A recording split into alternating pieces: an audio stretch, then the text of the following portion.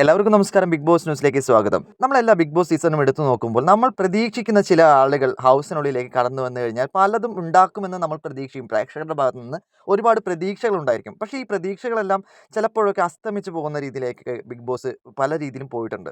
നമ്മൾ കഴിഞ്ഞ സീസൺ തന്നെ എടുത്തു നോക്കി, നമ്മൾ സായിനെയൊക്കെ നമ്മൾ ഒരുപാട് പ്രതീക്ഷയോട് കൂടിയാണ് ഹൗസിനുള്ളിൽ ചെന്ന് കഴിഞ്ഞാൽ ഉണ്ടാവും, അങ്ങനെ ഒരു പ്രശ്നങ്ങളൊക്കെ ഉണ്ടാക്കും, ഇങ്ങനെ പല രീതിയിലൊക്കെ ഉണ്ടാവുമെന്നൊക്കെ നമ്മൾ പ്രതീക്ഷിച്ച് വിട്ടത്.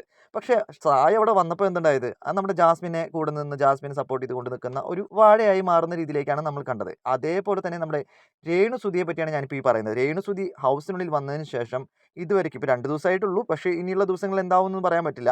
കുറച്ച് ആക്റ്റീവ് ആവാനോ അല്ലെങ്കിൽ പോയിന്റ് ചെയ്ത് കാര്യങ്ങൾ സംസാരിക്കാനോ പറ്റുന്ന രീതിയിലേക്ക് രേണുസുതിക്ക് സാധിച്ചിട്ടില്ല എന്നാണ് എനിക്ക് തോന്നിയിട്ടുള്ളത്. രേണുസുതിയെ പറ്റി നമ്മൾക്ക് എല്ലാവർക്കും ഒരുപാട് സോഷ്യൽ മീഡിയയിൽ വൈറലായതുകൊണ്ടും ഒരുപാട് കണ്ടന്റുകൾ സോഷ്യൽ മീഡിയയിൽ ഉണ്ടാക്കാൻ സാധിച്ചിട്ടുള്ള ഒരു വ്യക്തി എന്ന നിലയ്ക്ക് രേണുസുതിക്ക് അവരുടെ കഴിവിനോട് പറ്റുന്ന രീതിയിലേക്ക് ബിഗ് ബോസിൽ ഒന്നും ചെയ്യാൻ സാധിച്ചിട്ടില്ല എന്നാണ് എനിക്ക് തോന്നിയത്. നിങ്ങളുടെ അഭിപ്രായം രേണുസുതിയെ പറ്റി എന്താണെങ്കിലും ബിഗ് ബോസിൽ വന്നതിന് ശേഷമുള്ളതിനെ പറ്റി പറയാം. കൂടുതൽ അപ്ഡേറ്റുകൾക്കായി നമ്മുടെ ഈ ചാനൽ മറക്കാതെ സബ്സ്ക്രൈബ് ചെയ്യൂ.